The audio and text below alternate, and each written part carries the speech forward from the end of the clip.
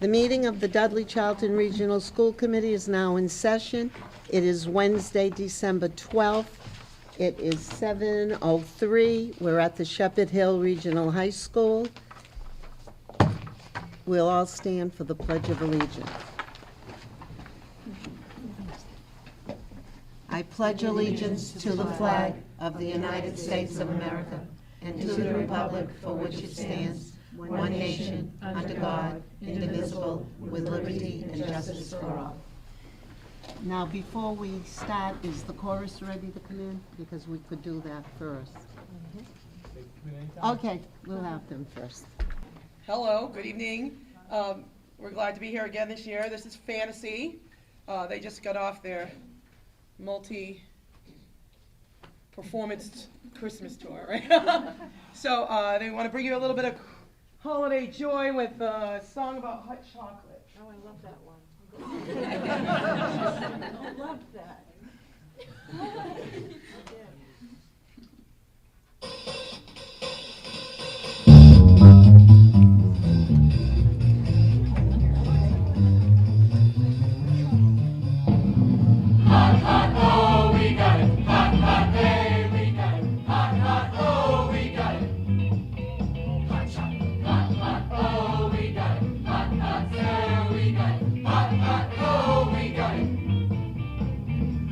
Here we only go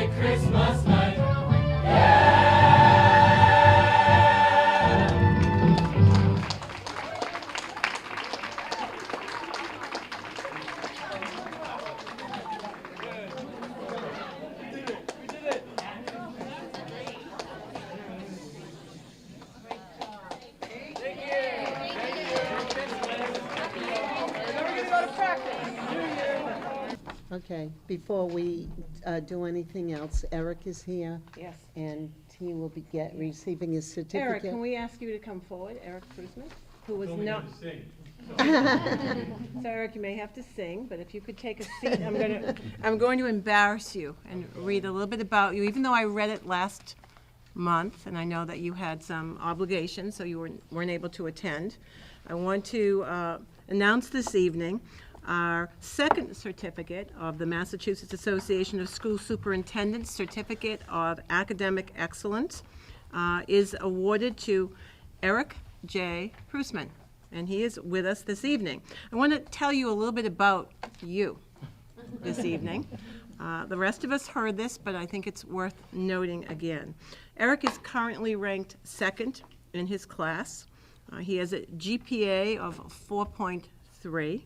He's been the class treasurer for the last 4 years, been a member of the drama club, and also the student council for the last 4 years also.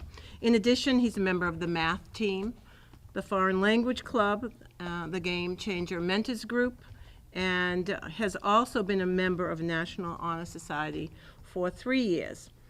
I'd like to also note something that doesn't happen very often in high school as a former high school teacher, that Eric has received the Perfect Attendance Award in grades 9, 10, and 11.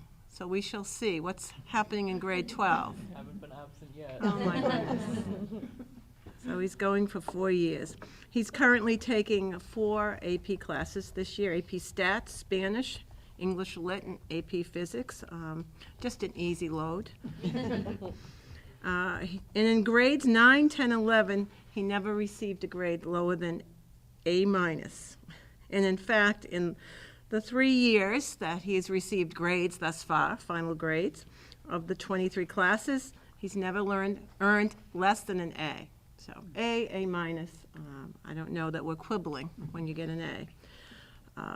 He's earned 17 A+, 5 A's, and 1 A-.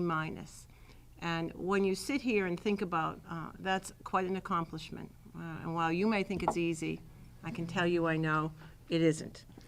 He plans to pursue a career in medicine, hopefully to become a cardiologist. I know we talked a little bit when I first met Eric a while back. So it gives me great pleasure this evening to introduce our second recipient of the Massachusetts Association of School Superintendents Certificate of Excellence Award, to Eric J. Prusman. And I know you've already received the award, so we'll shake your hand, and you're going to have to have a picture with your dad and your family. Congratulations, Eric. Okay, approval of the minutes. I'll entertain a motion to approve the minutes of our regular meeting of Wednesday, November 14th. So moved.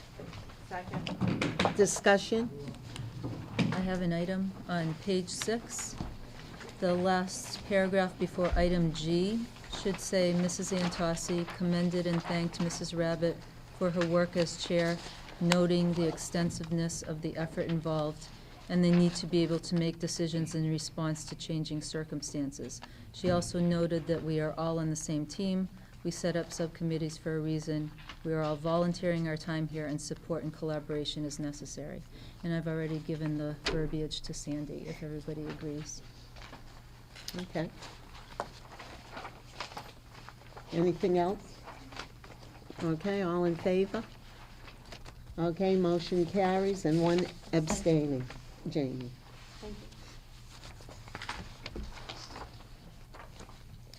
We do have warrants this evening, and they're making their way around. Student rep report, Kaylee. All right, so I don't have too much That's today. okay. So winter sports, they just started as third quarter is beginning. So last week, boys basketball, they won their home opener, and then they lost their game yesterday. So they're currently 1-1. Indoor track won their meet yesterday, or this past weekend, not yesterday, my bad. And Nolan Burke is the Scituate state champ for wrestling. So those were the only 3 sports that started up so far. We still have a couple more. Girls basketball is supposed to have their first game tomorrow. In music, like you guys just saw, the Holiday Spectacular was this past weekend, and they actually had to add a third show Saturday afternoon because they just sold out so many tickets. And if you didn't see, Dr. Nash did a wonderful job reading to the children on Friday night. Thank you. You're I welcome. appreciate that. I don't know how wonderful it was, but I enjoyed myself. I loved it. It was fantastic. And then Tuesday, December 18th, the chorus and band, they also have a concert starting at 6:30. NHS, they raised $1,100 for 9 families in our community who are in need around the holidays, along with 36 cases of non-perishable food items. All 9 families also received a $100 gift card with those donations, and Park and Shop matched the donation with $1,000 given to those families as well. And then the toy drive will be till December 14th, so this Friday. We're still collecting. Mr. Shepherd Hill, that was November 16th. I know it's been a long time since we met. Jace Porter, he was in show choir dancing. He won Mr. Shepherd Hill. And then Eric Pressman, he was first runner-up. So congratulations to him on that, too. And then Acadeka placed 15th overall on November 17th at Tewksbury High School. And that's all I have for you guys today. Short one. Kaylee. Any questions? No? All right. Thank you so much. That brings us up to Citizens Forum this evening. Is anybody going to speak on the Telegram and Gazette's awards to the schools here in town? I was just going to We bring it can up, but do you can bring it that. up. I was just You gonna bring it up. can speak it up. to it if you. I didn't want to. We were going to do it during. thunder We were from going to do anybody. it during our communications, which I did bring it up at the National Junior Honor Society at the Dudley Middle School. Hasn't been done up here then. Go ahead. So, Telegram and Gazette has a voting contest for best of, this area. And I believe it was Charlton Elementary, Dudley Middle School, and Shepherd Hill High School were the best of categories in their 3 different areas. Others that were in the running were Charlton Middle School, and I believe it was Dudley L. Thank you. We're so very proud because we should in be. central Massachusetts that we were chosen. And it's a matter of, whatever kind of people vote. I know I voted. Thank you. Thank you so much.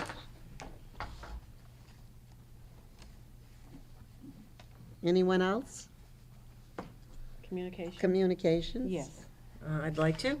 I just wanted to let the committee know that your school committee attorney, James Cosgrove, in sending his Christmas card to you, also noted that in appreciation of the opportunity to be of service as your legal counsel, he has made a contribution in the name of the school committee, on behalf of the district, to the Charlton chip-in to assist them in helping those in need during the holiday season.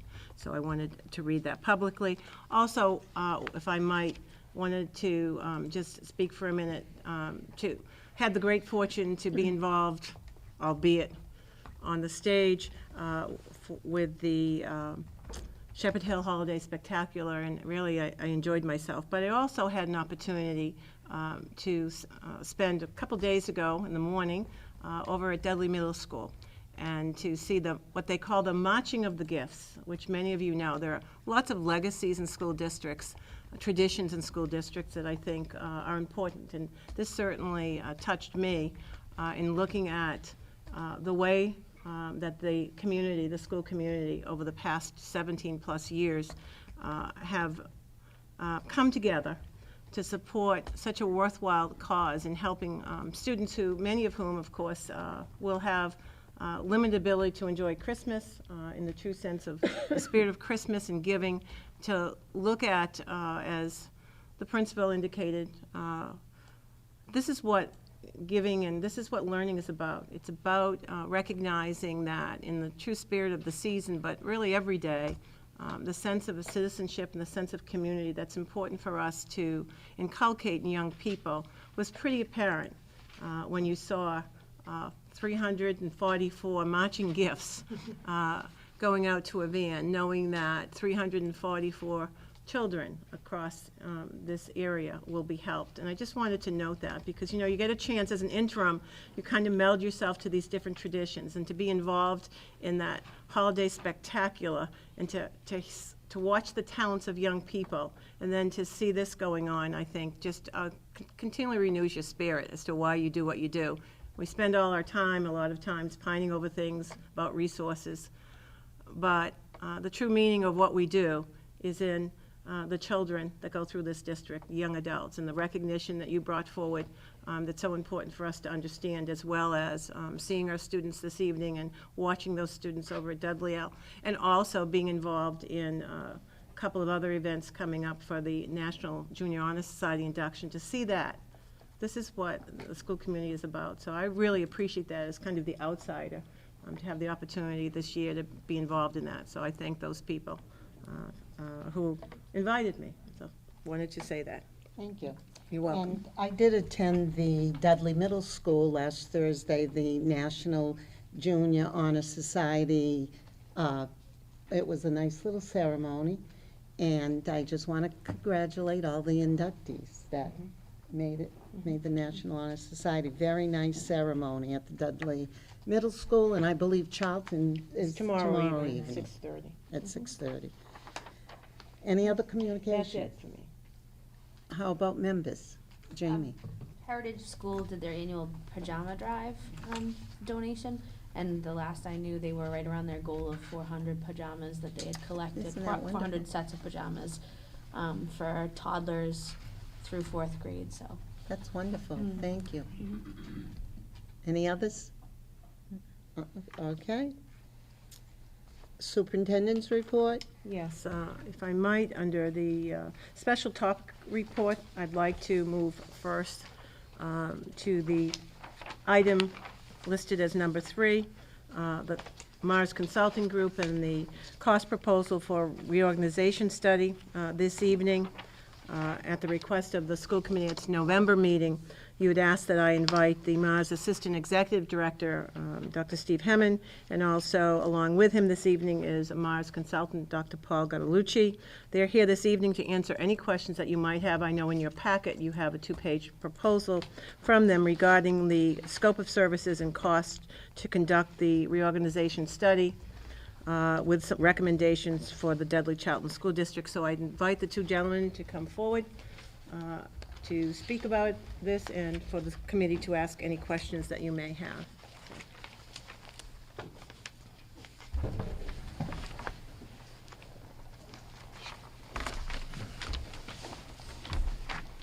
Well, good evening. Good evening. As Dr. Nash indicated, that we were contacted, and we've had several conversations in trying to get the scope of work that you might be looking for.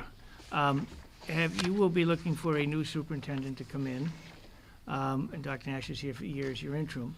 And one of the things, and both Dr. Guadalucci and I have been superintendents and done interim work as well, is that you would want to have your organization central office fairly set and regular for that person to come in. There's going to be enough thing that the new superintendent's going to have to deal with without having to worry about the organization of your central office. You want it to be working. Now, that being said, 6 months, a year, or later, the superintendent can come back with some recommendations.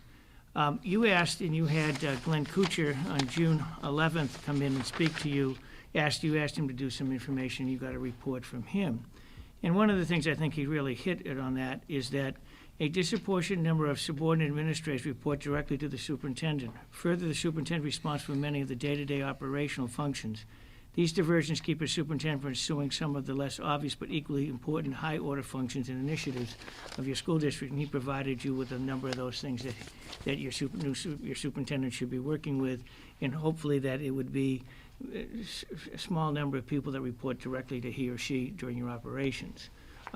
Again, what we would propose is we would take a look at what your structure is now, interview all of your people in the central office. We'd want to look at job descriptions, and Dr. Nash has said I think those are being gathered up, and to see, and then we'd also want to discuss some priorities and goals with the school committee at a meeting, and then the district budget relates to the organizations, and you'd want recommendations so that you could include those in your budget for FY20. So we would, again, with analysis, provide you with those things.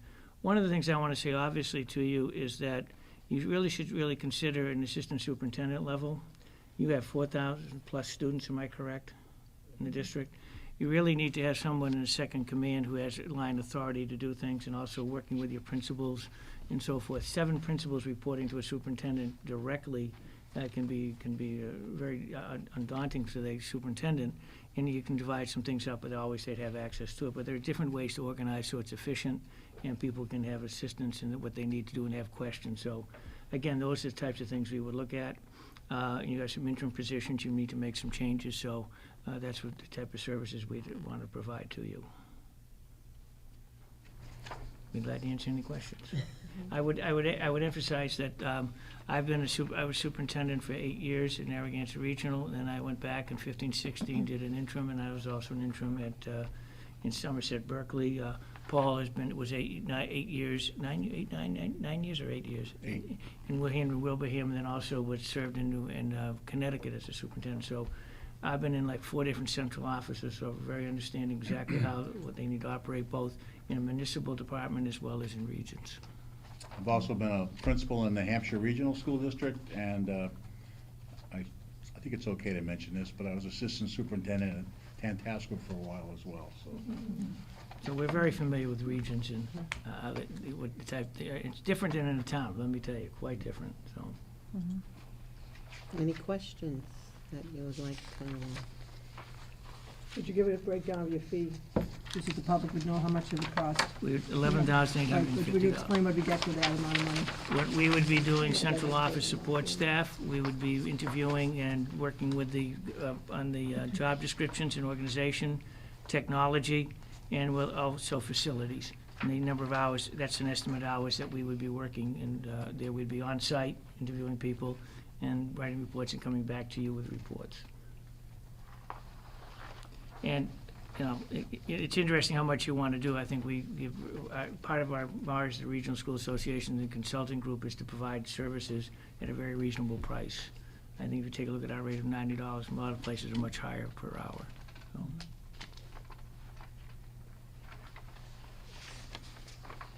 Any other questions?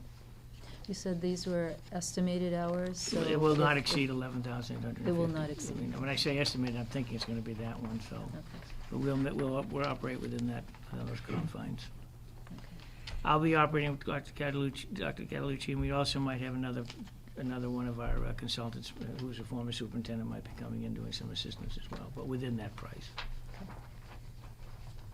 We're also, we'll be working with Dr. Nash to put this whole thing on a timeline, a schedule that fits your needs as well. So some of that has not been necessarily ironed out yet, but as soon as if you decide to hire us, we will be meeting with her, and then you'll get some more information relative to when you can expect all this to be done. Do you have any idea how many months something like this typically does take? Well, you need to know by March 1st, at least on the budgetary position-wise, saying this is maybe what you need to look at on a position-wise and budgeting-wise, and then probably we'd finish by sometime in April, finish it all up by then, if not sooner. Jamie? So you have facilities listed down here. Can you just describe what that means? Are you looking at our facilities? The organization of your staffing and facilities, So how staffing you're specific doing to it, those. who's doing what. You get your director, I assume. Then you have maintenance people, custodial, cleaning. I mean, how's that all looking? And then how does that feed into the central office? Okay. Facilities and the directors is a central office function, that is, it's operated through the superintendent's office. Okay. Thank And you. you said Interviewing, so who are you going to do the interview? Are you, Your central office people, all your all central the office central people, yeah. office people? You've got on your, and this is what's interesting, your organizational chart, you've got, and this one's showing you about 14 people reporting directly to the superintendent, which I have to tell you is very, very difficult. If the superintendent can spend all this time, the superintendent spend a lot of time functioning with you as the school committee, and jobs that they have to do preparing for the school committee meetings, all the materials that you need. There's a lot of work. I don't know if you don't know the superintendent, Dr. Nash said, there's a lot of work that the superintendent goes into preparing for your meetings and getting everything together. So, again, they need to be able to delegate and need to operate and then have access to the superintendent when necessary on decisions. And also the superintendent is going to be involved.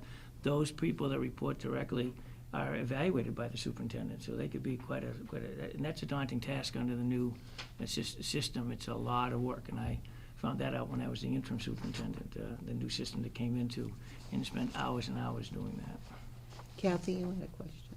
Yes, I just didn't know, how many times have you both been out doing this type of scope of work? Well, we started actually, I think about a month after I retired, I received a phone call from the Lower Pioneer Valley Planning Commission. They were asking about, if you're familiar with Southwick Holland out in the western part of the state, and the little town of Granville was involved with them, but they wanted to think about expanding the region.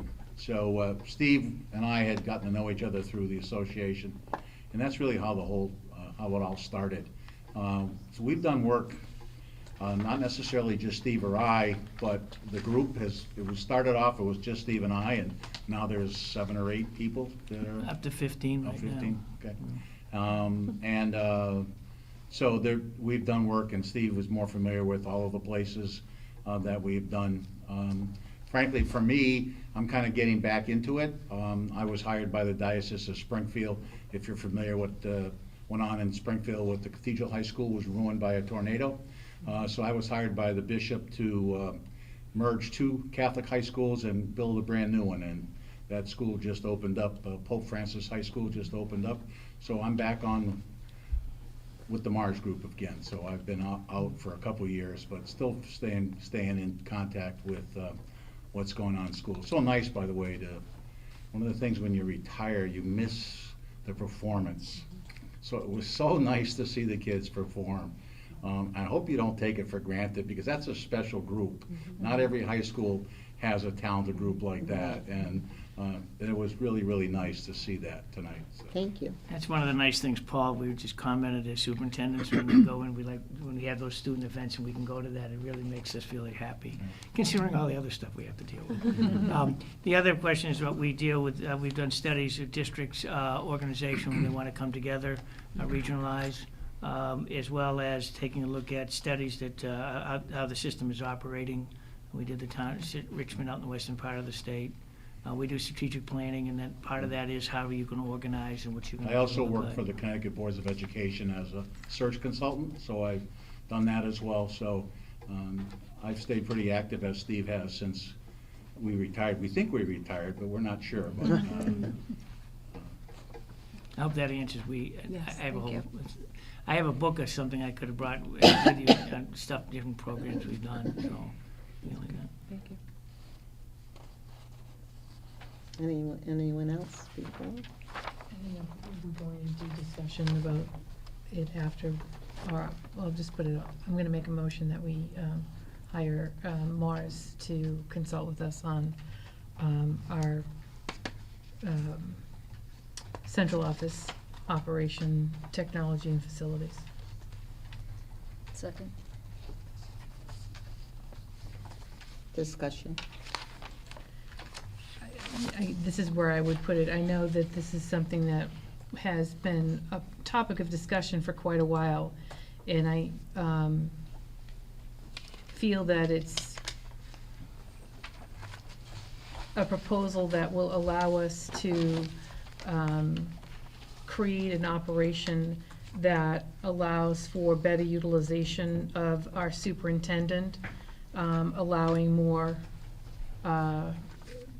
systematic approach to how the central office runs so that not everything is going into the superintendent's office. I think that it will allow us to have very defined functions within our operation, and I think that the cost investment in it is going to provide a foundation for us to work with our new incoming superintendent for a better future for the district. And I think Steve and Paul both made the point about how much a superintendent's day, when you're responsible for interacting with all of those things, can prevent you from actually doing work on moving the district forward. I also think that, and I've had a concern before, that we do not have the second-in-command structure that would allow us clear definition on line authority in the absence of a superintendent, as well as our ability to provide opportunity for growth within our district and the administration forum. So I feel very strongly that this is a small amount of money that will give us great gains going down the road for improving our operation. Any other discussion, Jamie? While we're talking about it, I don't disagree with you, but where will we be able to fund this from? That is my question.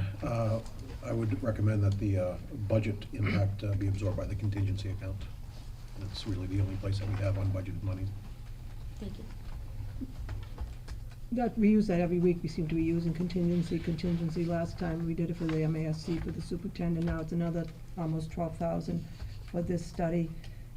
From what I'm hearing, I think proposal's going to come forward that there needs to be another person in the central office to take some of the heat off the superintendent, which means, to me, it sounds like $100,000 plus job.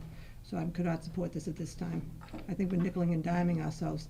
All these 10,000 here, 10,000 here, well, that adds up to quite a bit of money. So I will not be voting for this. And I will not be voting for it either, because I agree with Kathy. I think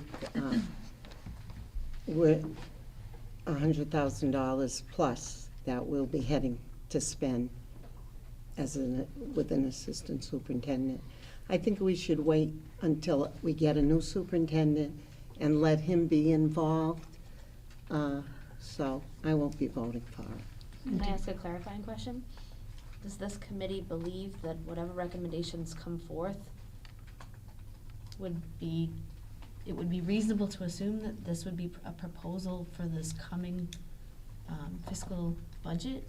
Or is this something that we're looking to have as a long-term plan out from a professional company that tells us the direction that we should try to budget for?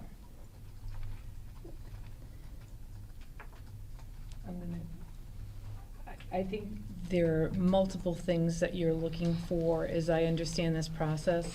So one of them is if there would be a recommendation that we need to add a position to the central office. It could be that through the analysis of job descriptions that positions could be redefined. So you could be reclassifying someone's position to be an assistant superintendent. It's not necessarily adding a position, it's redefining where we have. One, having job descriptions, making sure that we have a flow to our process instead of everything walking in the door and being on the desk of the superintendent. So you would have a flow. If you look at most organizational charts for school districts, there is a flow that would come up from facilities through business, through curriculum, through instruction. So I don't believe it is accurate to say that we would be doing this study to create a position as much as we are looking to define our organizational structure and possibly redefining or relabeling or retitling positions within the district. I also think that it's a foundation and analysis that's not something that is automatically agreed that that's where we're going. We're bringing people in to do an analysis to give us recommendations on how we can best move forward. I don't think it is anything that prevents an incoming superintendent to putting their thought and opinion into what we move forward, but we give them a place to start versus someone coming in and having to learn all of this information on top of learning the district and learning their job. We can't make an assumption that the next superintendent is coming in who is experienced.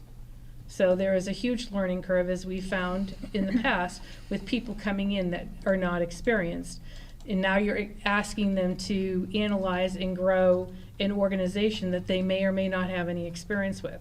So I think the purpose here is to use experienced, seasoned people to look at our operation, to analyze it, to make recommendations that are brought to us. We can consider, we can act on, we can hold on, but it allows us to plan, similar to how we're trying to look and plan for other things related to our budget. So I don't think it's necessarily adding a position. I think right now we're trying to define the way our organization runs. I would say that our new superintendent should have the ability to define or redefine the positions without hiring and spending the money. I would like our new superintendent to be involved, and I think we're doing this ahead of the game. So, I guess I hear both sides of what you're saying, but I'm leaning more strongly to saying let's do this ahead of the superintendent, because I'm thinking if I was coming into a new role as a superintendent in this kind of a community, in a regional school district, and someone had done an analysis for me ahead of time to say, hey, we've heard that it was very challenging for our previous superintendent because so many people reported to that position, and we're trying to make at least a plan, even if it's a 5-year plan, of how we can address that concern. It would give me great comfort that someone had listened to the previous superintendent's concerns. I agree with you. And I was also going to mention that as part of this analysis, we'll probably uncover some inefficiencies that if we were to at least act upon those items, we could probably recover some of this $11,850, if not all of it, because of recouping the inefficiencies in central office and facilities and all of these areas. I have to tell you that while we're working on the policy subcommittee, every time we look at a new policy, when we talk to the staff, we find all sorts of things that are going on and practices that are happening that we really need to address, and a number of these things would be addressed if there was a different structure in place, if certain things were in place. And as a new superintendent coming in, I agree with you. I would want to see that some analysis had already been done ahead of time and not have the daunting task of coming into a new school district, trying to absorb everything that's going on and move forward with this also on my plate. Any other questions before I take the vote? Okay, all in favor? Opposed? Okay, 5-2, motion carries. We'll be in touch. Thank you. Thank you.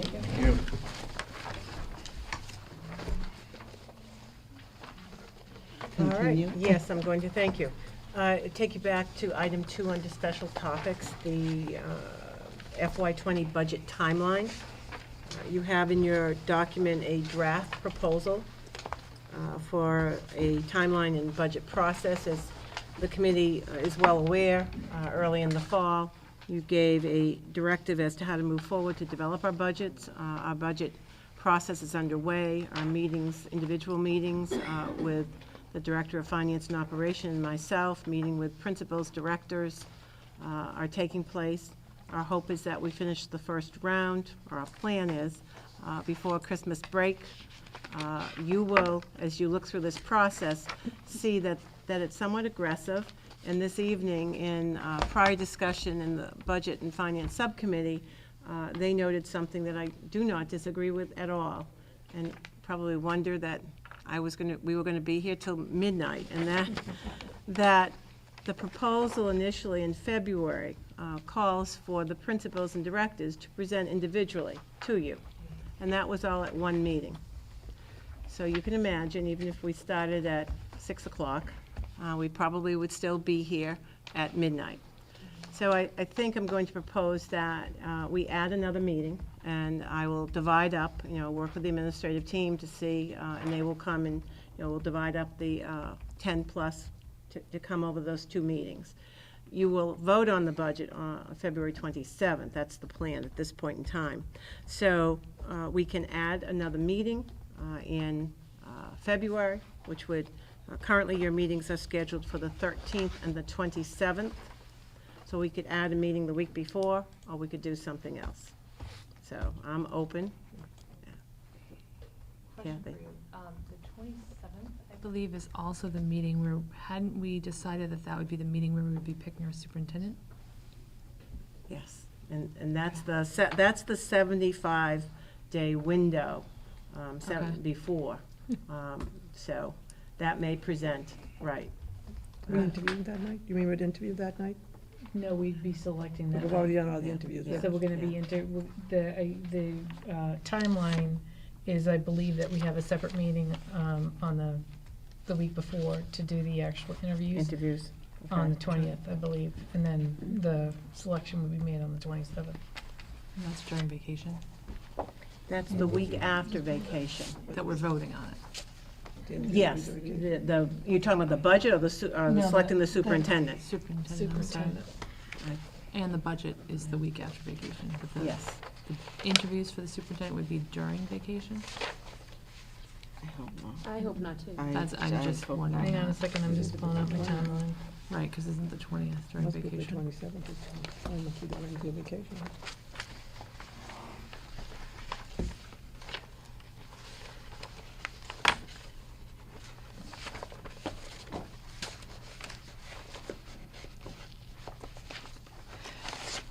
I apologized earlier because I left that notebook at home, so I may or may not have it all with me. It must be someplace in one of the previous minutes, because they were all filled out. Somebody might have it. Do you have the timeline in your, Sandy's gonna look it up for me. We do have the timeline. It's not impossible for you that evening to select the superintendent and also hear the, Right. the budget Right. presentation. Everything's been done, it's just a That'll be- matter of and just it'll the be done, vote. Yeah, so we can right, do so it that's together. that's not impossible. Okay. If you were having if you were interviewing or Yeah. doing, I would tell you no.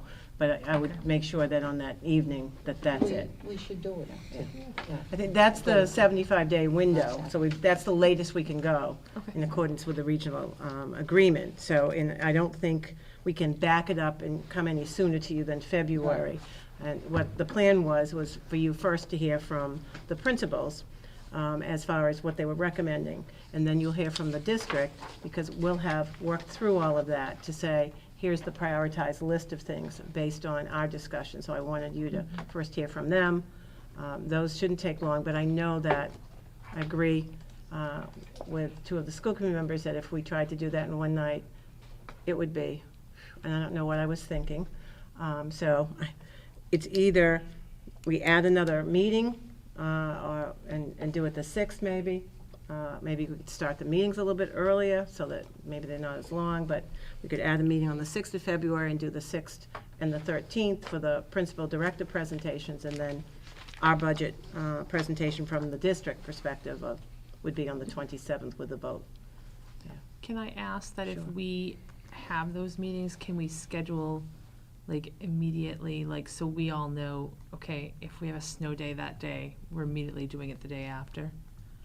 Sorry. It happens. That would be up to the chair. If you Right. want to do that, we can hold, 2 dates.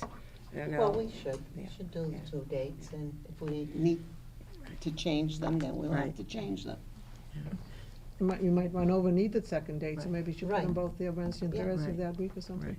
So the 6th and 7th. So the 6th or 7th, we did not, obviously your regular meeting is the 13th. I don't know in the past whether, if you want to make sure, we should hold then 6, 7, and 13, and 14 is, we can't, 14 is negotiations from 4 The to 7th 6. is true. No, the Not any the longer. 14th isn't anymore.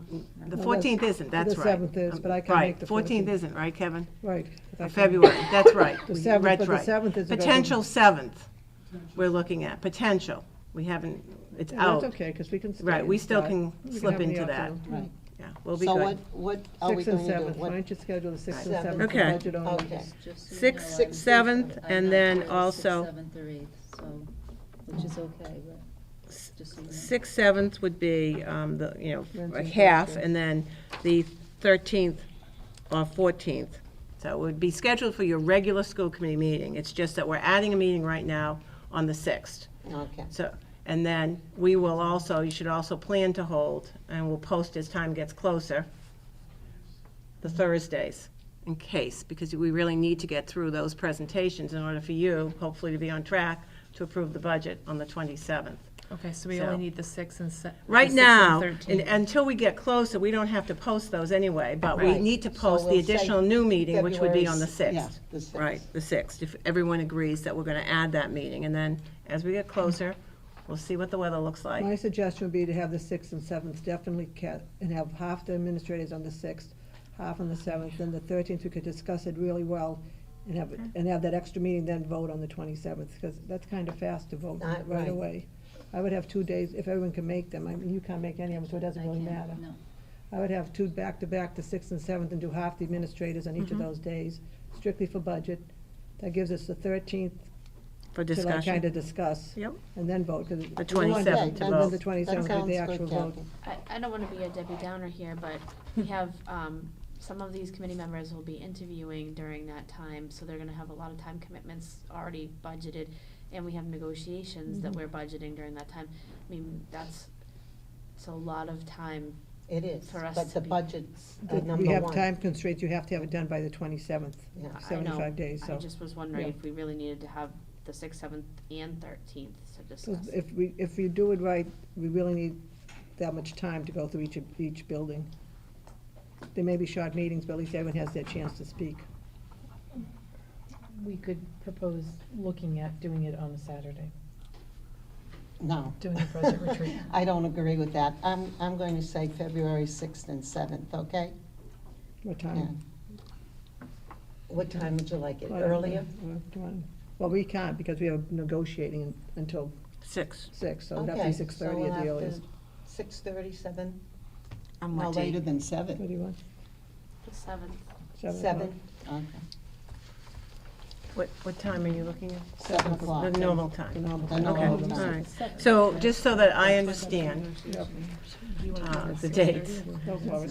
Thank you. So February 6th and 7th will split, and you'll have half of the administrative team presenting on the 6th and half on the 7th. The 13th will be our regular meeting anyway, and as part of that, you'll have some opportunities to have some discussion on the budget. And then on the 27th, Seven. we'll do the district presentation, and you'll vote. We'll vote on Is the that budget. accurate? No. Okay. All right. And in between, we'll negotiate. So that's Throw that good. in too.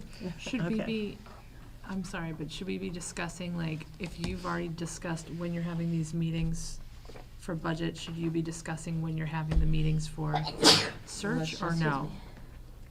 For interviews? We don't, I mean, there's no date planned on that yet. Okay.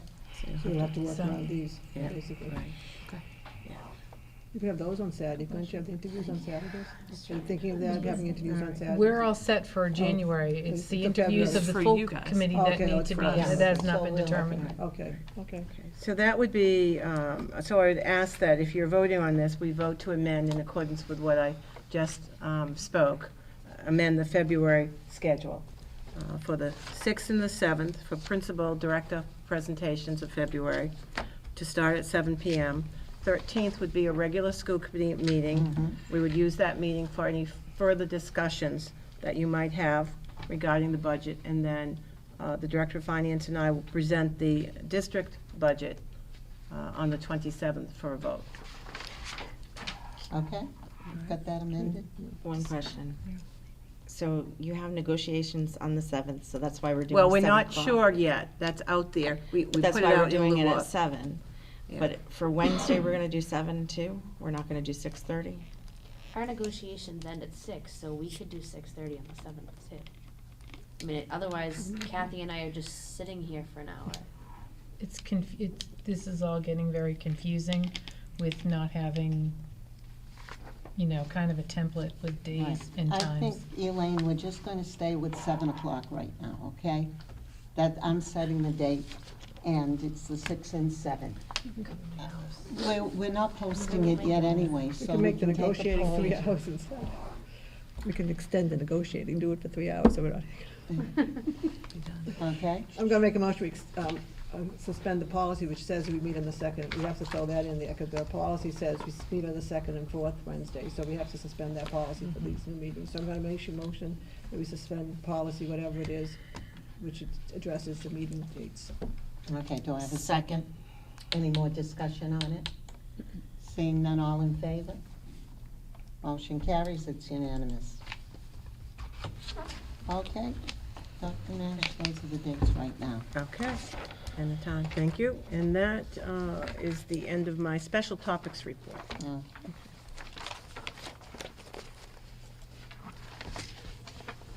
So right now, that brings us to new business and the Director of Finance and Operation report. Rich? Thank you very much. A couple of items for the committee this evening. Charlton Middle School has received a donation of $318.74 from the Charlton PTO to cover the cost of a scanner. A donation of $200 was received from the Sitkowski and Malbuff Funeral Home to support the annual First Honors Recognition Dinner. And the Technology Department is asking for acceptance of the donation of 2 Windows-based computers from Brian Lilly. I recommend to the committee. All those donations. Second. Discussion? Seeing none, all in favor? Motion carries, it's unanimous. Included in the memo of the school committee is an update on school choice funding. I think one of the keys as we look at the FY20 budget is to try to begin to build this fund back up. As part of the FY16 budget compromise, we ended up using funding from school choice that took the balance down from about $765,000 down to about $500,000. And since then, there's been just a gradual decrease there, bringing it down at the end of FY18 to where you see it at close to $320,000.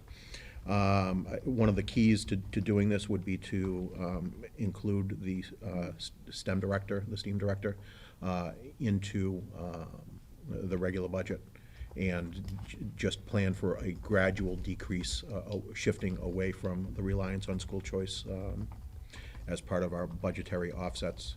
We obviously still want to continue to use it to a great degree, but we wanted, my recommendation to the committee would try to build up that fund, again, gradually over the course of a couple of years. Any question? Yeah. But it really doesn't make a difference where the salary comes from, it's all the same budget. So if you take, I don't know what her salary is, let's say it's $100,000, just for convenience sake. If you're gonna put it back into the regular budget, we have to find how to budget that, so we're probably gonna have to come back to the school choice and fund it through that. How do you expect to make up that salary in the regular account? What we need to do is stop deficit spending from school choice. So But if we're we have- spending more money than we're bringing in by that amount. So at a minimum, we want to stop that digging. We want to stop the digging of the hole I understand that, but if we have to pay the salary, we still have to, we're gonna be 100,000 short in the regular budget, so we're gonna have to come back to get it out of there anyways. Again. I don't see how we could possibly not use that money for the STEM director. We just need to find a way to build this fund back up, as my recommendation to the committee, that's The all. obvious way is to let more kids into the district. That's the obvious way. That'd be great. So we'll have to discuss that when it comes closer to that. Yep, no, additional revenue certainly would solve that problem. Right, exactly. That's the only way to get out of Yeah, the hole. but when we vote for that additional revenue, we should make sure that we're not committing it to operations and Right, indeed committing like it to should building have this been, balance but, back. yeah. I don't know if there are any other questions on school choice? The last piece of business I have for the committee is actually the John Pear Fund.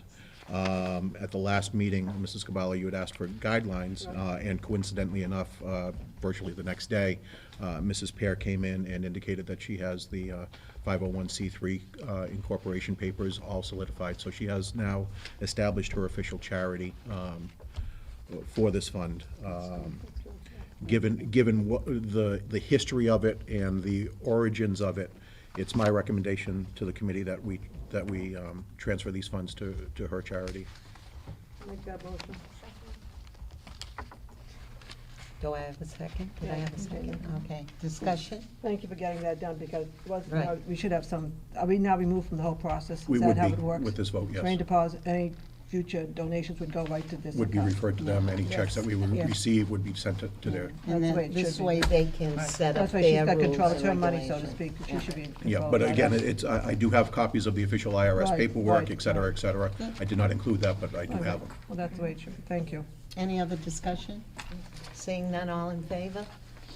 Motion carries, it's unanimous. Thank you very much. That's all I have. Thank you, Rich.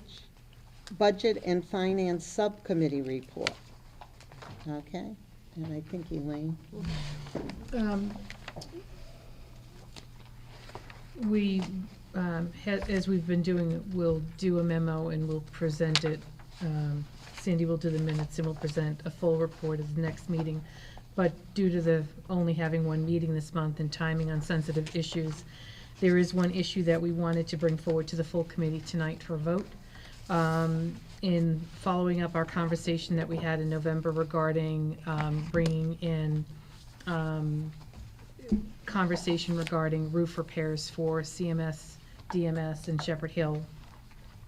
There's been some clarification on the process. There was a bid protest that went to the AG's office that was upheld, and due to that ruling, in order for us to move forward with those repairs, we do need, proceeding with the process of looking into doing those repairs, we need to obtain and solicit quotes for architectural services to write the specs and the process for us to move forward. And Mr. Matthew presented to us tonight a timeline, and a pretty aggressive timeline, so that we could get this information out to the towns and in preparation for budget season. If we were to move forward with the roof repairs, as we discussed last month, the recommendation is that we have it in place so that we could do the summer repair. The materials that would be used have an odor issue, so it's best to do them in the summer when the schools are closed. Based on all of that timeline, I would ask the committee to allow us to make a motion to authorize Mr. Matthew to solicit quotes to find out whether or not it meets the threshold of just obtaining quotes, or if it's going to exceed $30,000 and we need to go out to the bid process, we need to move as quickly as possible. So I'd like to make a motion to allow Mr. Matthew to solicit quotes for architectural design services for roof repairs for CMS, DMS, and a replacement over the auditorium at Shepherd Hill. And if those quotes were to exceed the $30,000 threshold, to begin the bid process to solicit architectural design services. Is that exactly what we needed? Second. Okay, Second. so I have a second for the authorization. And any more discussion on it? Well, just to clarify, that bid protest had nothing to do with us. It was the other company, we had to wait to see how that was settled before we could go forward, so it has nothing to do with us. So it doesn't sound like we did anything wrong. We just was waiting for a result from another person. Yeah, because it sounded like, Just for purposes of also edification, the projects at CMS and DMS are really roof restoration. So the cost of those are a little different than a total roof replacement. At the high school, it is really only looking at replacement, not restoration of that area that is part of the auditorium, because it is beyond restoration. So that would be really the scope of what we're looking at this point in time. Any more discussion? Seeing none, all in favor? Motion carries, it's unanimous. Thank you. Point of clarification, if I may. As part of the planning, one of the key elements here is potentially, if we're going to proceed with issuing debt to cover the capital projects, is the timing of the ballot vote. So if the committee is okay, and I don't want to do this without your permission, I'd like to reach out to the town clerks to understand the timelines that they need to be involved in that. And we don't have to do that right now, but the sooner that we have that information, the sooner we can make permanent That's plans. Absolutely. We'll also set up meetings prior to that with the town administrators to get them in the loop, understanding, the potential of moving forward with these repair projects, in addition to obviously finding out what the time frame might be to set up a vote as needed. I'm gonna make a motion to instruct Mr. Matthew to check with the town administration to see what the actual procedural time frame is. That way it's official, so you have a. Thank you. Have a second. Discussion? Seeing none, all in favor? Motion carries, it's unanimous. Elaine, does that conclude your report? It does. Okay.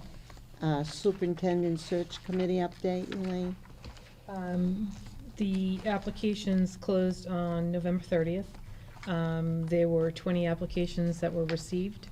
So that information has been distributed to the search committee. They're in the process of reviewing applications. We meet on December 19th we'll be convening and then immediately convening into executive session to review applications and select semifinalist candidates to bring in for interviews.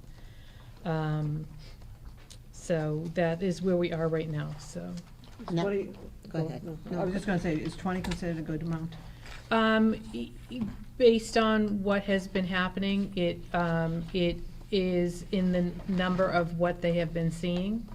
It was a little nerve-wracking, and I know when Tracy was here, she said that everything is coming in at the last minute, and it proved case in point, because at 11:30 on Friday, there were 11 applications, and at 3 o'clock, there were 20.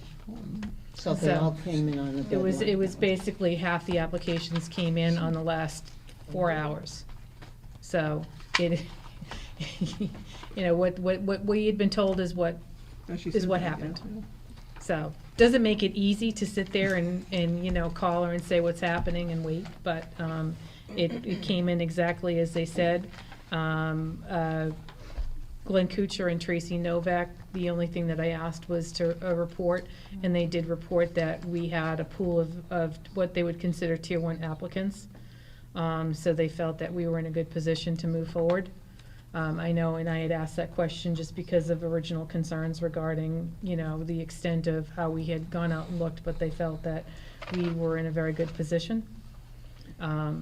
So the search committee has their work cut out for them as far as reading and reviewing, and then we'll meet on the 19th at 6 o'clock in the central office and begin the process of thinning that pool down for the initial interviews. Have you met at all yet? No. Well, we met on the 28th to do orientation regarding open meeting law. Okay. And what people's responsibilities were. So the search committee was established, and I should give you an update. Mrs. Carmignani was appointed as vice chair of the search committee. Sorry about that. So our first meeting, to begin the official work will be on the 19th. How many semifinalists have your numbers set up?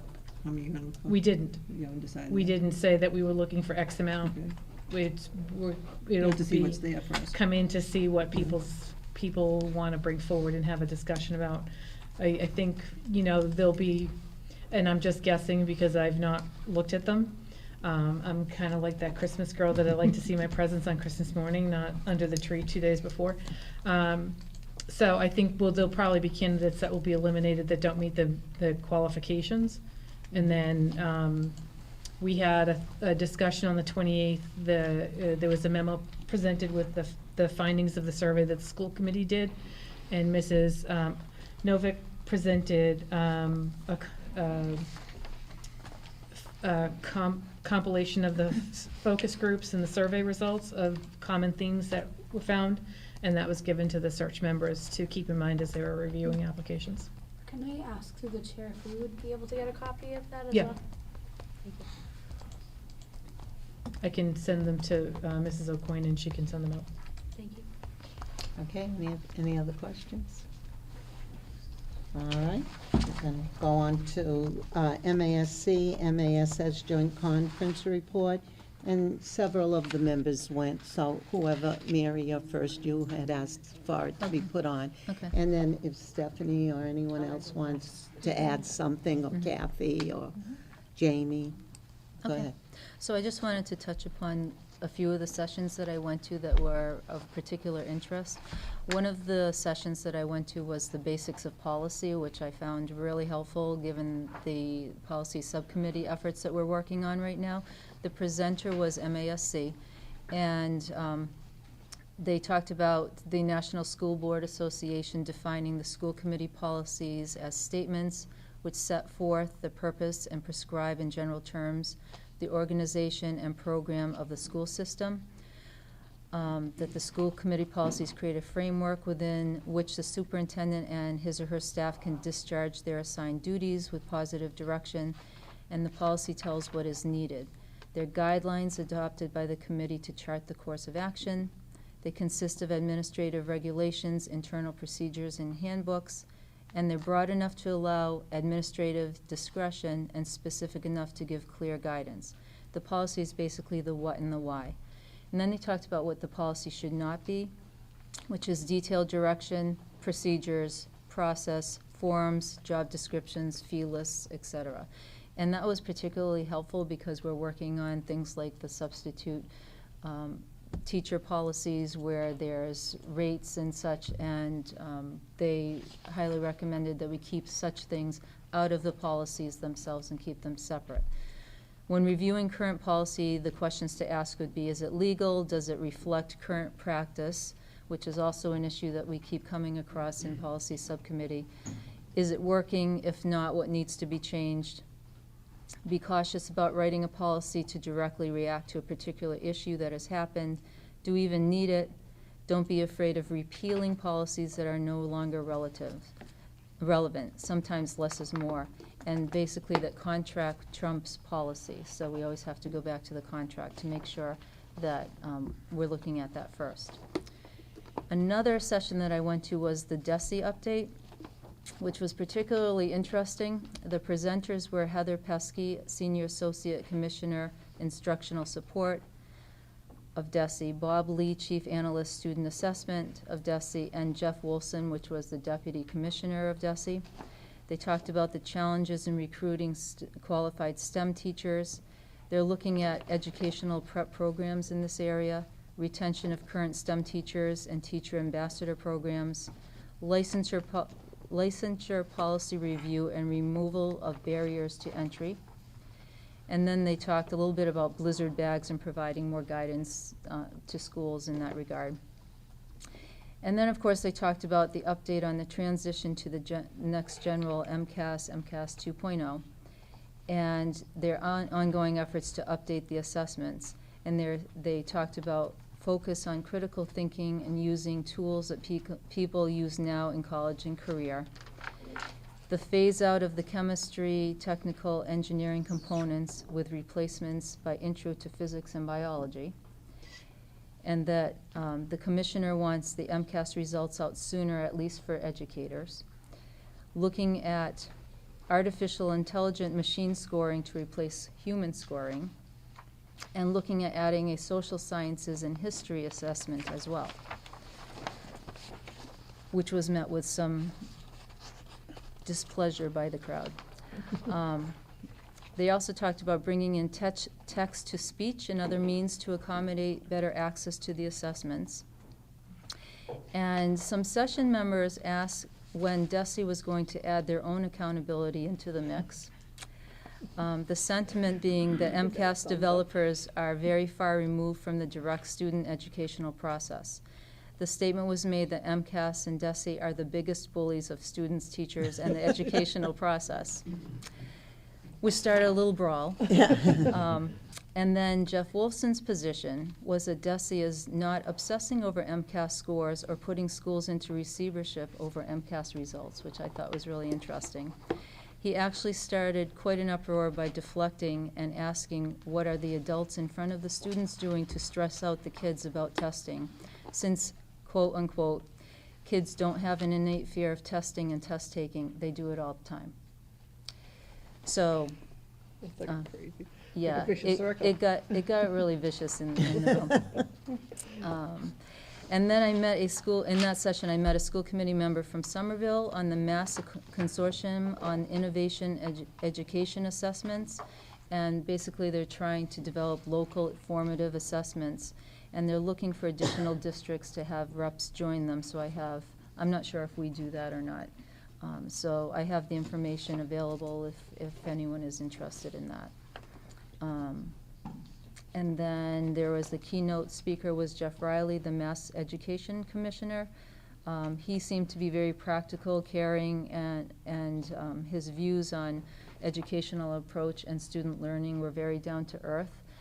Very, very different from his second in command. So I thought that was interesting. Thank you, Mary. Anyone else would like to add? I'll send some notes later. I wasn't able to compile them for tonight. Okay. Consideration to amend 2018-2019 school year calendar. Dr. Nash. Thank you. The current school year calendar contains in it parent-teacher conferences for pre-K 4 in December, and then again also in March. And it also includes the November parent-teacher conference for 5/12. But it did not include, when it was approved, the conference for 5/12 in the spring. And I think part of my understanding and discussion with the administrators who were involved last year was because there was some thought that the 5/12 parent-teacher conference format in the spring wasn't as effective as they had wished it to be. So we recognized that we needed to put a second date in. And in a recent meeting, we discussed that.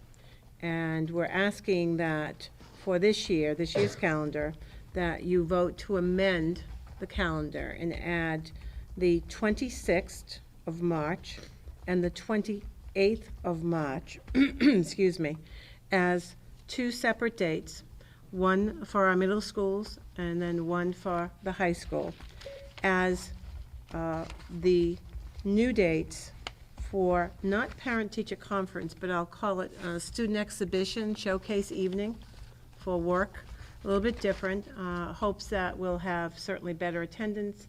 The fact that we are spending much of this year focused in professional development on project-based learning would provide opportunities at that point for staff and students to showcase that work as well as other things. So upon the recommendation of the secondary principals, I would ask that the school committee add those two dates to the calendar. I have notified the union president that there would be this date. I've not heard back from him, but he's here this evening in the audience and certainly can weigh in. Obviously, all of our staff at pre-K 4 have two dates. It's just shifting this date to a little bit different purpose, and we'll see what happens this year. See if this gets better attendance. So I would ask that the committee do that. And if they do that, we should note on this calendar amended and the date that you amended it so that we can repost this on the website for people and also send it out. So I want to make sure, Sandy, that happens. Can I ask a question? question about that? Sure. Okay. Absolutely. My only question would be, that is the week of MCAS testing for the high school? So I didn't know if that's gonna present any kind I of problems don't for the believe staff? that is yet, because I believe they're just working on that schedule, so. Bill, have they determined? Yeah, because they're doing the Okay. for us. We only have one, 10th grade. Middle Right. school has to move it around, but they don't have any. Now, Bill, I remember, maybe I could be wrong, but last year I remember we discussed this. And we were gonna vote on it, but then we said we'll get more discussion on it, but we never did. So that's probably why it was not included. I hate, once you do a calendar, it's kinda iffy to amend it, because once we did it. And I remember something like that. I made Kathy, do the you? comment at the time that I thought that was putting more work on the teachers and the administration, because now they have to produce something after hours, so to speak. And so I threw that out there, it was put on hold, and it never came back till It never now. came back. This is like a year later now, so. Yeah. I'm also concerned that the union has not weighed in on this, because there may be something we don't know that we should know before we vote on it. It might be in violation of something in the contract, I don't know. You actually have no wording in the contract for any evening attendance, which is a little bit unusual, but you don't.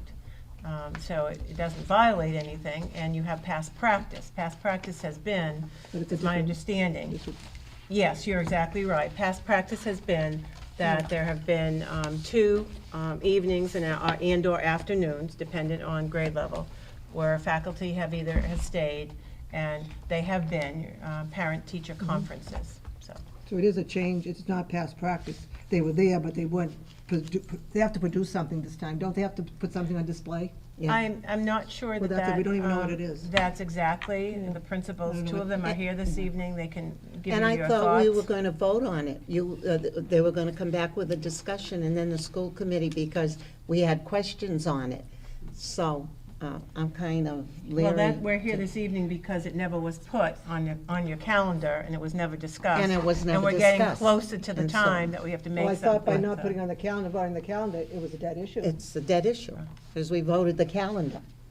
That's what, One of the other things that Dr. Nash had talked about when we were in the calendar meeting was stating the reason why March isn't so well represented for the older grades is that it's so far into the school year that We it's better if understand. we move that to January, because you had said it, like. Well, I'm saying if you use a parent-teacher conference, oftentimes the first and second terms are better Right. attended. As you start to get into the third term. Right. You get less attendance at secondary level. And I'm speaking more from a high school perspective than I am from middle school, so.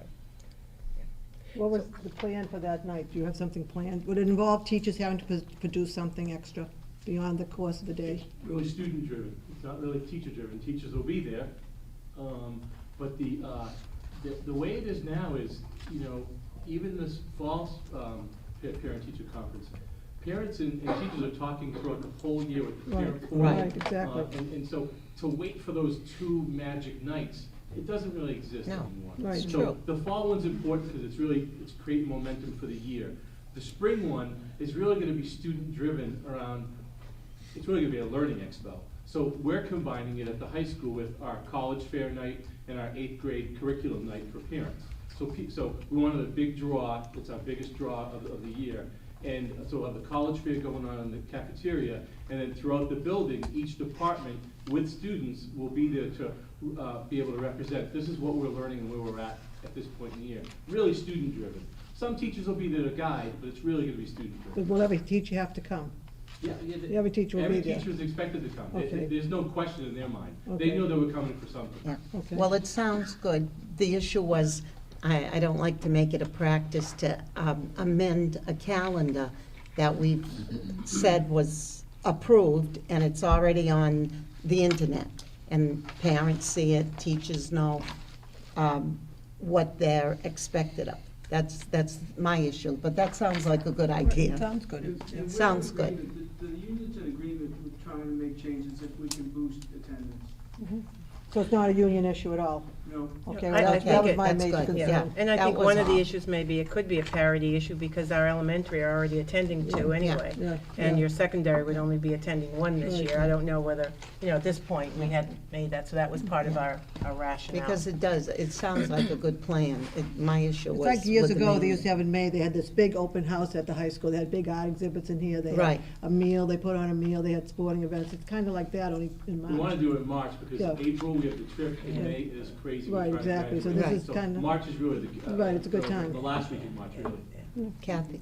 I just want to just clarify that you're not adding a half day to the schedule. No. Because it's still a full It's day. it would be a 6 to 8 PM. It would be Right. evening only, right. There would be And then no, my- we're not putting a release, no, we're not letting parents know, we've got 2 release days right, coming right. up in March for you at the secondary level at this point, no. So, I mean, as a No. parent, No, that would be the No. one thing that would stop me from. that's right. The other question I have is I remember the art show last year was, I believe, wasn't that the first week of April or something? Started May, the first Friday in May. was in May. April's a science fair, that we're April's doing a a science secondary fair. science fair this First year, that's why we didn't wanna, but people could display that in March, if they Right. wanted to. Okay, like they were saying, I just hate to create more work for the teachers Yeah, when that's right. they're already doing such a good job. I would suggest on this amended calendar that you put after the 26th, like 7 to 9, because otherwise you would think it might be a half a day. I would put the actual hours of it, Hours. is it 7 to 9, 6 to 8? I would put that right on the calendar. 6 to Put 8 full school was- day. I wouldn't put that, I would just put 6 Yeah, to 8. okay, we can do that.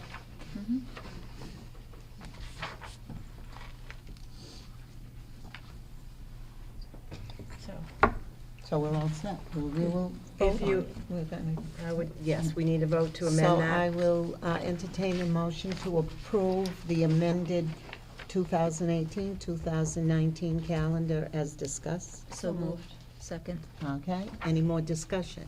Seeing none, all in favor? Motion carries, it's unanimous. All right. And then we have the 2019, 2020 calendar. Right. Yes, yes. Okay. Any questions on this first before we take the vote? I do. Go ahead. On the previous year's calendar, you have, under the high school, you have term 4, going April 1st to the 180th day, but you do not have a term 4 listed on the high school. That's simply, there should be a new one in your pack. It keeps getting cut off as she's trying to put this all in. Do you This is have, my- Yeah. Okay. you should have a Yeah, new, it's ridiculous, yeah, tonight. did you get the new one, Kathy? I did. I Okay. got it. Oh, you know Get what? a I blue did get folder. another one. Oh, okay, so sorry. When you're trying to fit all of that writing in a small box. Good Got eye, it. though, good eye. Thanks. I knew you could cry. I think Good one, you did your homework. See, I don't have the right one Okay, I here. apologize. Thank you. Keeping us on our toes. So we put in that was one of the things that we had not included by mistake, the last one, so you weren't able to vote. So the terms are in, there are 3 terms at your elementary schools, 4 terms at secondary level. Okay, Mary, you may want to, I don't know. The only thing that changed from the last time was the report card dates and the showcase. Right, and we will add the 6 to 8 PM. Pauline? Go ahead, Jane. I know I wasn't here at the last meeting, so I apologize that this is coming up after you've already discussed it, but we've talked extensively when it was warmer about how warm it gets in the schools and what about the start days for school. And now it's colder and it's kind of out of our minds, but it's not really out of my mind about how warm it got. And this was one of the ideas that we had tossed out there during the time at the beginning of the year about start days and knowing how warm some of our schools get. So I realize that may be a union issue that has to be discussed or not, but I think that it should not go undiscussed at this point. We did talk about that at length, actually. And whether it's at the beginning or the end, it's going to be warm in the schools that don't have air conditioning. Yeah. But what we run up against is when we have snow days, we can't go beyond a certain date in June. We can't go beyond the end of June. So if we start too late, then we potentially will hit up against that end of June date, and contractually, we can't do that. What if we split the difference? Like if we're talking a week earlier, what if we started 2 The way days? that some schools address it Yeah. is they give up a vacation. Right. So they look at either not having a February and an April vacation, shortening February to 3 days, giving, and that's the only feasible way, because what happens is, you're exactly right, it's hot at the beginning, and guess what, it's hot at the end. And if you have 8 snow days, that pushes you right to the end, and it's gonna push you to the later you start. Because quite frankly, this year, we probably had 6 or 7 days that were hot at the beginning of the year. That would have taken us halfway Into through September. I And mean, the there were only- 2 though, that Yeah. that kids were getting ill. There was a teacher that got ill. I mean, I think that those are things that it's our job to consider. I know we had also discussed that you guys had put out a survey a couple years back and got parent feedback, and it was a pretty split discussion on how people felt about it. What if we did another survey and we worded it to say, we're trying to consider how warm our schools get. Would you be willing to have half of February vacation used so that we don't start school so early? Or, I mean, I just think that we should have some way to ask this to parents, because I think there were a lot of parents that were very upset that it was so warm in those schools. And rightfully so, their kids are in 1st grade and coming home lethargic and throwing up or not eating, or those are things we should consider. Well, it's not something that we didn't discuss. I mean, we don't have any control over the weather and whether or not it's going to be that warm. Some years it's not an issue. This year it was an issue. So I think it's safe to say in that last week of August, it's one of the warmest weeks of a year always. I actually went back, and Mary knows, I went back, there's actually a website that you can pull up previous years. And it's true, we don't get into the humidity until July, August. But what we discussed was, in order to actually have it not be hot in the schools, we'd have to start October 1st. And that's not feasible, And I mean, I get that it is hot in a lot of the classrooms, but that's something that we have to look at the buildings and see what we can do there. I don't disagree with you, but I think that it's not cost effective for us to be able to address it at CES. We've talked kind of at length about $7,000 a classroom to retrofit an air conditioner. Oh, absolutely. We don't have the wiring for it. We don't Right. have the ability Right. to, the windows don't work for it. I mean, but it's just, I believe me, before I even got onto the school committee, I addressed that. And in June, the later you go, it's really, really hot, because I taught in a school that did not have air conditioning, and in June, sometimes it was So it's just- unbearable. it's So something that- it's both. Focus. Right. But I think if we did, maybe we do look at a survey and see if we can take days off somewhere else. I mean, Well, the only, your issue is, I think, you hit the nail on both heads.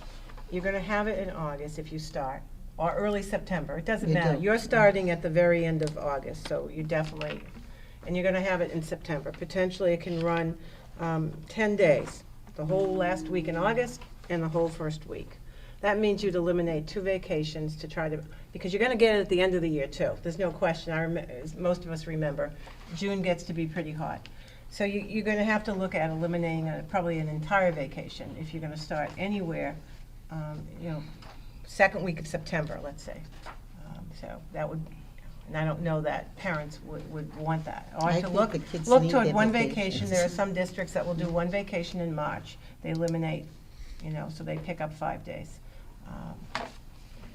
You could look at that. I know that it was split when they talked about it before. I know of a few districts that have eliminated that. And what they've done is really begun sooner and then get out sooner in June. They've done the opposite. So they start a little bit sooner, have 1 vacation in March. In Oxford last year, we had a shortened February vacation. But unfortunately, with 8 snow days, we were still well into, still a few days more sooner than everybody else getting out. And it wasn't extremely hot in June, if I recall.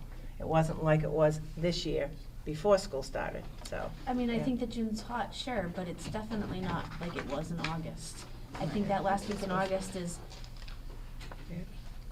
quite difficult, and we witnessed it this year. I have to say, though, that I've been teaching 20 years, and this was the first year Yeah. that it was that bad. You know, and I feel like as a school district, maybe we just say, you know, if we run into that excessive heat again, maybe we start the first week with half days, just to get the kids in there for the morning and then get them out. And if people understand that coming into it, then you can arrange your care. But That sounds good. I don't know, you know, it's something to think about. It's not mine. For change. But no, I have to turn it off all the time. Do we have a motion? Do we have a motion? No, we don't. We had Okay. questions. So I will entertain a motion to approve the 2019-2020 calendar. So moved. Do I have a second? Second. Okay, any more discussion on it? Just, Go I ahead. think it's beneficial to be thoughtful about what questions you want to ask on the survey going forward and how they're worded. It comes down to, I think we found a split. Mhm. You know, people want to not start until after Labor Day, but then they also want to be out early in June. Right. You can't have it both ways, and then you have people that wanted to go down to one vacation, but people who, go Want to- skiing or do this. So there is no happy medium on it, and unfortunately, with the age of our buildings, we're not temperature controlled buildings. So, I think you lose either way. Maybe one of the things that we have is, a consideration that instead of it being a snow day, that if our buildings are at a certain temperature, we call school that day and we don't have school. Maybe that's a consideration that we can make. But I think it really comes down to, we asked questions on the survey that were yes or no, and they weren't giving people an alternative of, if you were to prioritize a later start versus an earlier out, and we have to make a decision how to go forward. I know that we were very split on how close it was to whether or not we wanted to condense down to a vacation or start time. But when we're not asking people their priority and say, if you were to do this or this, what would you want? And we ask yes or no, it doesn't give us the information to help move forward on actually even considering it. I know the whole one vacation thing has been talked about even on a state level, because the pushback that we got was, geographically, if people do not live in the district and they live someplace else, they're off, but their kids are in school, and then their kids are off, and then they're in school. Childcare was the big issue on that particular thing. So even going to, even when we turn around and do half days, that for people that work, they have to find childcare. So, I would just encourage the survey to prioritize people's thoughts on calendar changes. It's hard because it's been a traditional process that people have an expectation, and I know we've already been contacted, what's the start day of school next year, because people are planning their summer vacations and their rentals and when they can go, so. I guess I'll also say it depends on what time of year that survey is put out, because if your child wasn't directly impacted by the heat because they were at a school that didn't have a concern, you may Correct. not recall how bad it was, unless it was your kid that was on the couch and all, and I've heard Mrs. Reed say this on many times, nobody understands the challenges of Shepherd Hill until their children are students at Shepherd Hill, based on the age of the building. So CMS, DMS, they have air conditioning, then all of a sudden they come up here and now the building's 25 years older than what they were at middle school. Well, we don't have those luxuries here at Shepherd Hill. So then it becomes impactful to them. So we can have this conversation now, but if my child's in 4th grade, I'm not gonna think that Shepherd Hill gets really hot, and I'm not gonna care that Shepherd Hill gets really hot, because my kid's not here. So I understand your point, but I think the survey needs to be done early enough for the committee to maybe then go and say, okay, based on what we've heard, these are some things that we would consider. how do you now feel about what we're going to consider? And then that helps drive the conversation further. Any other discussion? I just have a question. Has the state gone any further with their discussion on blizzard bags? And, because that would impact the end of school, Yeah. right? If you're able to do They've those. issued information Okay. on, it's very involved, very convoluted. You need to have a staff member available to teach. It's not as simple as let's put things together inside a bag and send them home with a kid. There has to be direct instruction going, and you have to submit a pretty lengthy, I looked at it quickly. I don't know if any of my administrators have looked at it, but when I saw a link and I looked at it, and it can be a little bit daunting as to what one has to do, and there's a cost obviously attached to it. So I don't know too many districts that I submitted think New them. Hampshire, somebody, Yeah. were they the first? They're- New yeah. Hampshire, somebody up I there. think They came Spencer- up with the concept many Okay, years yeah. ago, yes. I think Spencer is, Yeah. has Yeah. taken it Yeah. on this. I don't know, I can just turn around and tell you, and I've mentioned this, that this is being discussed in the realm of special education students that need direct instruction. They cannot be addressed through a blizzard bag, Right. so then your district is looking at compensatory services and/or adding school days after the school year, so that could end up having a huge budgetary impact to a district if you have, you can't blizzard bag a student that's in a sub-separate classroom with one-to-one instruction. You can't blizzard bag that. Got it. That's a very good point. Thank you. I understand that you guys talked about this a lot last time, but I feel like I just need to say, I know it's for next year, but for election day, I've been approached by many administrators, teachers, and the police department. A member of the police department approached me in Charlton so that we can be assured that next year that's a professional development day or something to that effect. So, I know you Yeah, already we- talked about it extensively at the last meeting, but. We weren't, no one's approached us. I think the concern was, that I had heard from one parent as a result of this year, was that this was a unusual attendance, and that potentially they should look at a different location So I can give in you Charlton. feedback then if you'd like it. Yeah, But sure. I don't think that Charlton will look at a different location. There It's was just a something that I don't think motion will for occur. And I think And it was therefore, seconded. we have professional development days that are built into our school year, and it Mm-hmm. should just become a professional development day. I don't think it's that big of a deal. I actually think it's interesting that we even have this much of a discussion about it, because there's persons that have violated the law and shouldn't be in a school ground, yet they have a right to vote, and so they are present while our children are in the school. On any other given day, that would never be something that would be allowed. To go help my daughter build gingerbread houses, I had to sign something that showed that I had done a query. Yet, somebody that doesn't pass a query is in our school on a voting day. That should just be end of conversation. It should be a professional development day if there's an election day. It was during the presidential election, it was. So, but let me finish that. Let me follow up though. That there were persons walking in the hallway. There were persons there were heads like looking in the windows in the 4th grade wing of the classrooms. That's where the bathrooms are.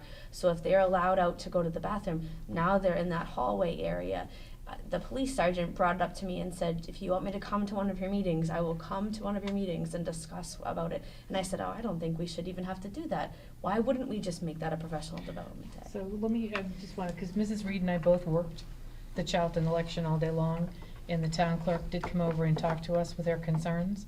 She was not aware that she could come to us and ask for the polls to be closed. The previous town clerk was, because of her length of service in that office, was proactive with the 2016 election and asked us in advance to put that on our calendar as an on-day. So we did both speak to Mrs. LaCroix and say, we've done it and it's not a problem, you need to bring it to our attention that it's a concern, and we would gladly do it. I don't think it was done with anything other than it was just a missed opportunity that we didn't think about it, scheduling, planning. She didn't know that that was something that she needed to think about in advance. And I think it's just a point that when we're doing an even year calendar, we take election day and we make it a professional development day. We were both there. We heard it. We saw the hallways. We saw what needed to be done. and it was being addressed if they needed, and I did go in and speak to Mrs. LaCroix after, and she said, you know, the police said if we needed to put another detail in the building, we could have done that. I think it was just an anomaly, because it was, with the ballot questions that were there, it was a heavily attended election, and I worked the 2016 election and I worked this one. Typically, you could sit and knit a scarf at the election and it wouldn't be a problem. Not an Afghan? Exactly, but these two last elections have been anomalies. So I agree with you wholeheartedly that proactively planning on even years so that we can make it a professional development day. And I know that the calendar committee has talked about, you know, keeping these records on file, so if the current members are not serving, there's something to transfer when the next thing gets planned. But it was an anomaly. It really was. I understand that, but I still don't think we need to let it happen again. That's all. Well, I don't disagree. another option would be to discuss a potential different venue for having the voting all together. I mean, there's St. Joseph's Church that could. I don't think that they'll do that from a town point of view. You know, it it is, take it, the That's an Masonic, extensive there's ask. It is Like, a- for the it is- town. I think that we have 10,000 people in the town of Charlton who know that that is the voting location, and I just don't think that that is an easy or cost-effective way for the town to handle it. I think making it a professional development day, which happens during the year multiple times. We only have two, and they're strategically placed for a reason. And my only counter to that, I don't disagree with you. I think on national elections and presidential elections, we close down, typically because of the turnout. I think looking at your venue to ensure the safety of students first should have happened and should always happen. And I think knowing the ballot questions, there probably should have been more discussion, interaction on everyone's part to ensure that we had a good plan in place. That's number one. You know, that happens oftentimes. We get a heads up saying, you know, we need to do this. So that didn't happen. That communication breakdown has to happen, I think. And almost now, you never know what's going to be on the ballot. And we could see this year that lots of people were going to come out. But it was, as they said to me, somewhat of an anomaly. I've seen elections in my buildings in as long as I've been a superintendent and as long as I've been an educator. And I've not seen many districts. They will close down strategically for certain types of elections. But I've seen that they're able to have venues such that the egress is a lot easier. It doesn't provide that you have to walk through a building to get to that voting station. And if that's the issue we're having, then we need to look at that and figure something different out, you know, the layout of how it happens and why someone would be walking down, you know, a hallway to get to that and walk by a classroom. You can limit that based on your venue. But you don't have to in this specific school. You can go in through the gym and go out through the gym, Right. which is the way that they have the floor layout. It just didn't prevent what happened. And someone said to me, the number of people in the hallways on this day would have alarmed us Sure. on any Sure. given day. Absolutely. And we could have gone into a lockdown Sure. situation because of the people that were probably well-intended and didn't realize what they were doing, but were putting themselves in an environment that they weren't supposed to be. Sure. And I can appreciate that you're saying that professional development days are strategically placed for reasons that I guess I'm unaware of, but I think that this is a very simple fix to put this as a professional development day on any day that we're going to have voting in the schools. Where I grew up, our school was closed every single time there was an election. So living in this town is a very different environment that's not just automatically the case. And this is, now we've reaped the reasons why it's a problem. Oh, Having also worked the elections, there is a door into the hallways from the gym. If somebody simply blocked that door or was stationed at that door, That's what I- not allowing anybody to enter into the school, the only place people would be coming into is the gym and out of the gym. But The then you only have the people rest. that would go into the school are the election workers to their area where they eat. And they would have to go through some secure system of not allowing anybody else to go into the school. And the only other way to get into the school is to go into the front door, where you have to announce yourself. But in order to use the restroom, even, you have to go into the hallway. The people voting can, we go shopping, we go. No, exactly. We don't have to go to the bathroom because we went and voted. We can plan ahead. It's a public building, no? If I don't go to the public building to use the restroom when I'm driving around, it's still a public building. Okay, if I'm going to vote, I'm gonna go vote, I'm gonna leave, or I'm gonna either go to work, or not in my case, but, or home. And I can certainly handle a little bit of a break. Speaking of being there, obviously the problems were brought to someone's attention because later in the afternoon, because Ms. Reed and I were at Precinct 4, which is at that side of the gym, there was a police officer then stationed at that doorway later in the day. So as far as people being out and around the building, you know, issues, again, it's a learning curve, and I think mistakes were made, and I think that they can be considered, and there are ways that you can address it. And I know that it will be a very healthy discussion when we go to plan the 2020-21 schedule. I just wanted to raise it while we were here talking about the calendar, so. Thank you. Any other questions before we take the vote?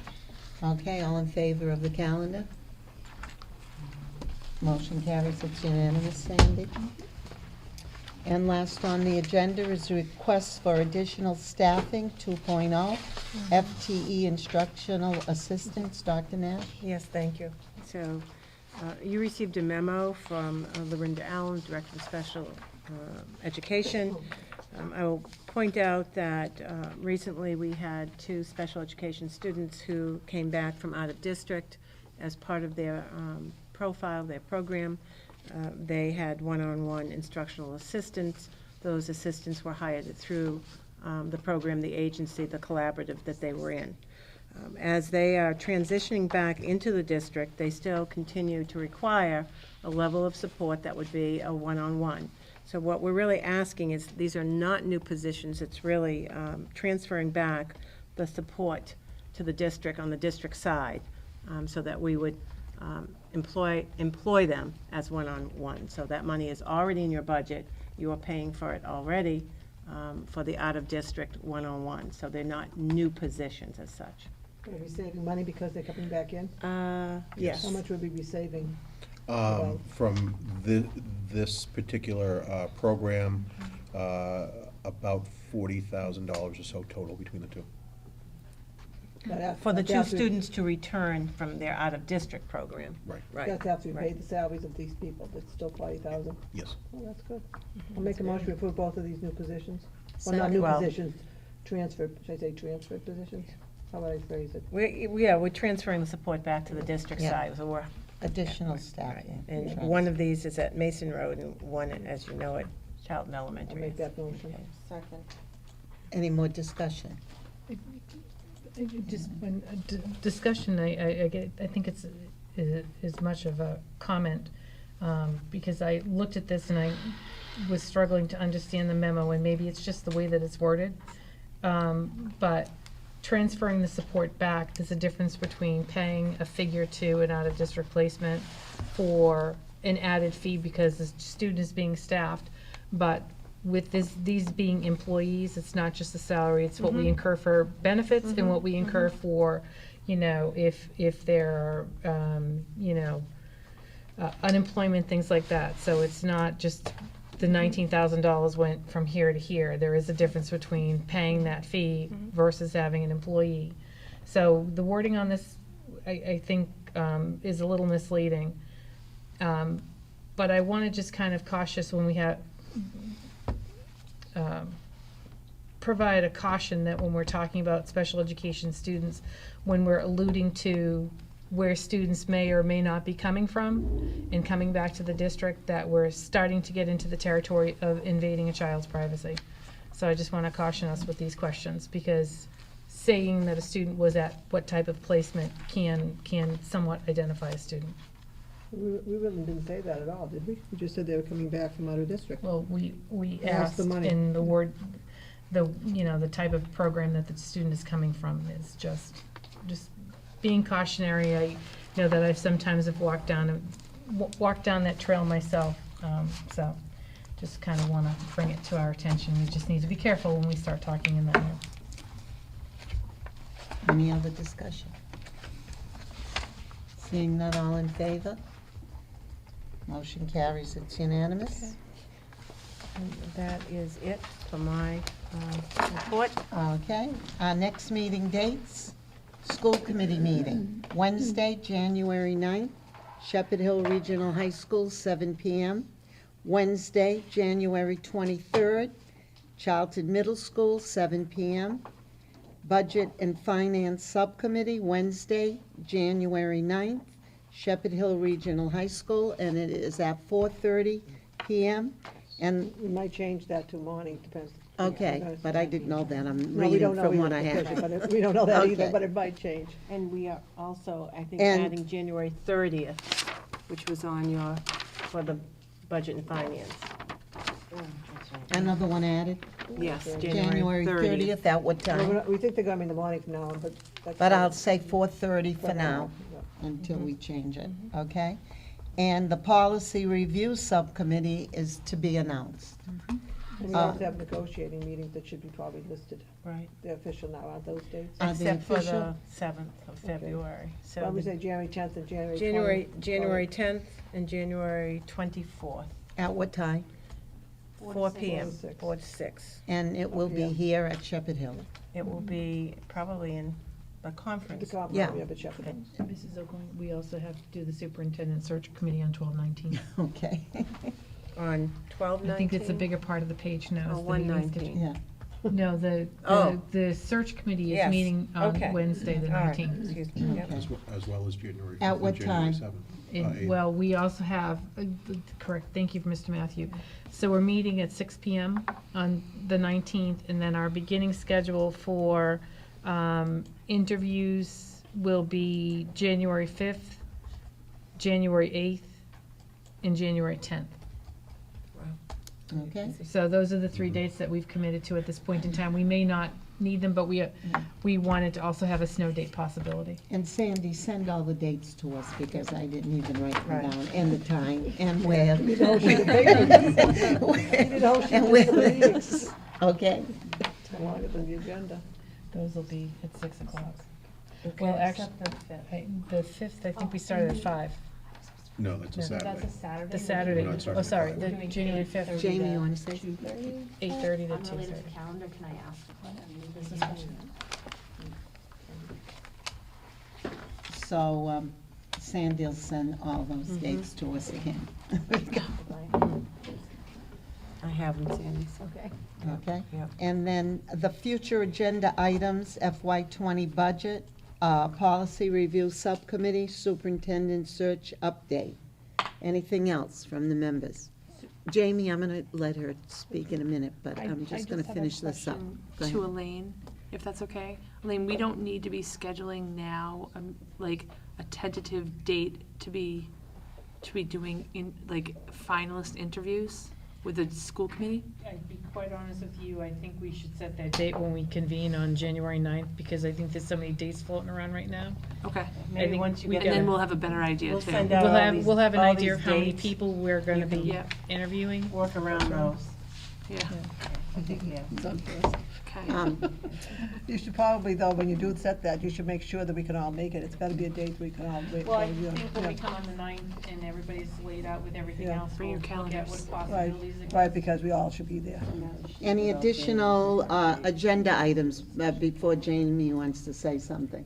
Any others? We'll think of some next meeting. Jamie? I'm sorry, I just wanted to ask the committee's, I guess, point of view on, when we have to sign the warrants. I asked Donna if I could sign in Charlton, like a blank sheet, and scan it back to her if I went to a school in Charlton and sent it in her office, interoffice mail or something like that. And she didn't know if there could be 2 different signature pages. No. I don't think so. That would not be allowed, as far as I know, under Mass General Law. Technically, warrant signing is supposed to be scheduled, and it's supposed to be done as a meeting.